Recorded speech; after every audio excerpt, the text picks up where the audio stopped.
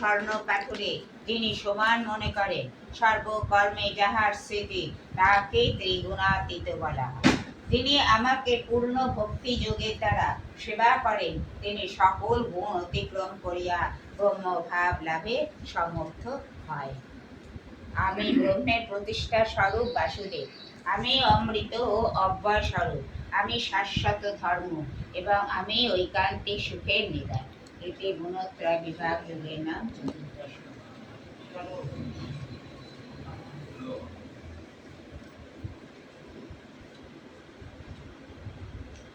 ওম তৎসৎ। শ্রীকৃষ্ণ পরমাস্তু। ওম নমো ভগবতে বাসুদেবায়। ওম নমো ভগবতে বাসুদেবায়। ওম নমো ভগবতে বাসুদেবায়। শ্রী শ্রী গীতা মাহাত্ম্য। ঋষি বলিলেন, হে সুত, পরকালে নারায়ণ ক্ষেত্রে বসিয়া মহামুনি ব্যাস আপনার নিকট গীতা মাহাত্ম্য যেরূপ বলিয়াছিলেন, তাহাই আপনি কৃপা করিয়া আমার কাছে বলুন।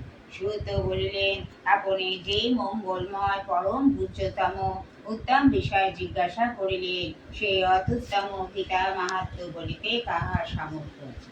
ইহা একমাত্র শ্রীকৃষ্ণই জানেন।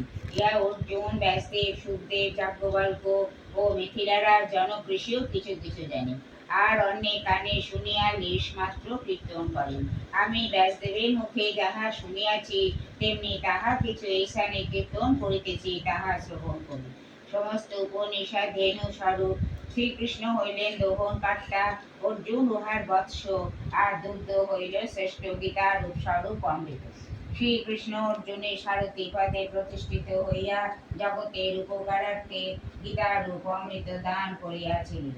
সেই শ্রীকৃষ্ণ রূপ পরম ব্রহ্মকে প্রণাম করি। সংসার রূপ সাগর উত্তীর্ণ হওয়া বড় শক্ত। যে মানব ইচ্ছা করেন, তিনি গীতার রূপ নৌকো লইয়া অনায়াসে পার হইতে সমর্থ হন। যে মূঢ় ব্যক্তি পুনঃ পুনঃ অভ্যাস যোগে গীতা জ্ঞান প্রাপ্ত না হইয়া মোক্ষ লাভের ইচ্ছা করিবে, সে বালকের ন্যায় হাস্যাস্পদ হয়। যাহারা দিবানিশি গীতা পাঠ বা শ্রবণ করেন, তাহারা মনুষ্য নহেন, নিশ্চয় দেবতা, ইহা জানিবে। গীতা জ্ঞানকে অবলম্বন করিয়া শ্রীকৃষ্ণ অর্জুনের নিকট জ্ঞান শাস্ত্রে সগুণ ও নির্গুণ ব্রহ্মে তত্ত্ব জ্ঞান বলিয়াছিলেন। গীতার অষ্টাদশ অধ্যায় স্বরূপ সোপান ভক্তি অভক্তি দ্বারা বিকশিত এইরূপ ক্রমে ক্রমে প্রেম ভক্তি আদি কর্ম সকল উঠিয়া চিত্ত শুদ্ধি হইয়া থাকে। সাধু ব্যক্তি গীতার পবিত্র জলাশয় স্নান করিলে সংসারের সর্ব পাপ দূর হয়, আর যাহারা শ্রদ্ধাহীন, তাদের পক্ষে হস্তি স্নানের ন্যায় সে গীতা পাঠ বৃথা হইয়া থাকে। যে ব্যক্তি গীতার পঠন পাঠন জানে না, সে ব্যক্তি নরলোকে যে কর্ম করে, তাহার সবই বৃথা হয়। সুতরাং যে গীতা মাহাত্ম্য জানে না, তাহা অপেক্ষা কেহই না। তাহার মানব দেহে বিজ্ঞানে ও উচ্চ বংশে জন্ম, সৎ চরিত্রে ধীর। যে গীতার অর্থ জানে না, তাহা অপেক্ষা তোমার কেহই নাই। তাহার সৎ চরিত্রে ধন সম্পদে গৃহাশ্রমে অধিক। যে গীতা শাস্ত্র জানে না, তাহা অপেক্ষা তোমার কেহই নাই। তাহার পারুদ্ধি কর্ম প্রতিষ্ঠা পূজা দান মান ও মহত্বে অধিক। যাহার গীতা শাস্ত্রে মন নাই, তাহার সবই নিষ্ফল। পণ্ডিতরা এই কথা বলিয়া থাকেন। তাহার জ্ঞানদাতা গুরুকে ধিক, তাহার ব্রত নিষ্ঠা তপস্যা সুনামকে অধিক।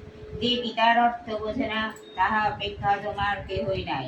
যে জ্ঞান গীতা সম্মত নহে, সেই জ্ঞান অসুর জ্ঞান বলিয়া জানিবে।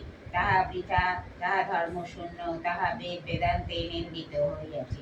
সুতরাং ধর্মময়ী গীতা হয় সর্বজ্ঞানের কারণ। এই গীতা সর্বশাস্ত্রের সার ও পবিত্র, তাই ইহা সর্বশ্রেষ্ঠ।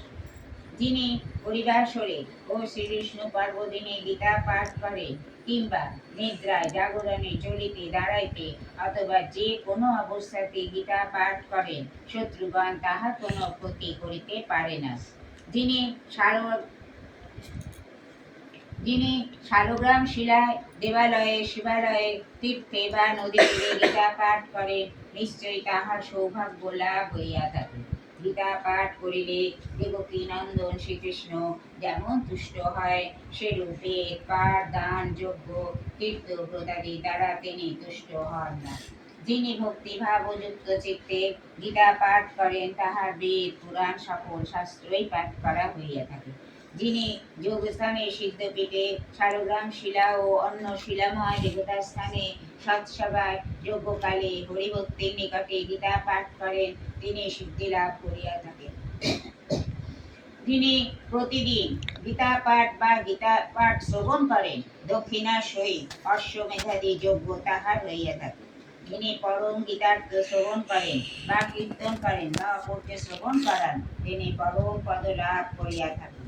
যিনি ভক্তি ও যত্ন করিয়া শাস্ত্র বিধি অনুসারে গীতা পুস্তক দান করেন তাহার ভার্যা প্রিয়তমা হয়।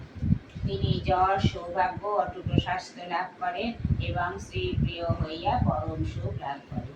যে গৃহে গীতার অর্চনা হয় সেই স্থানে অভিশাপ জনিত দুঃখ বা অভিশাপ জনিত কষ্ট ভোগ তাহার নিকট আসিতে পারে না।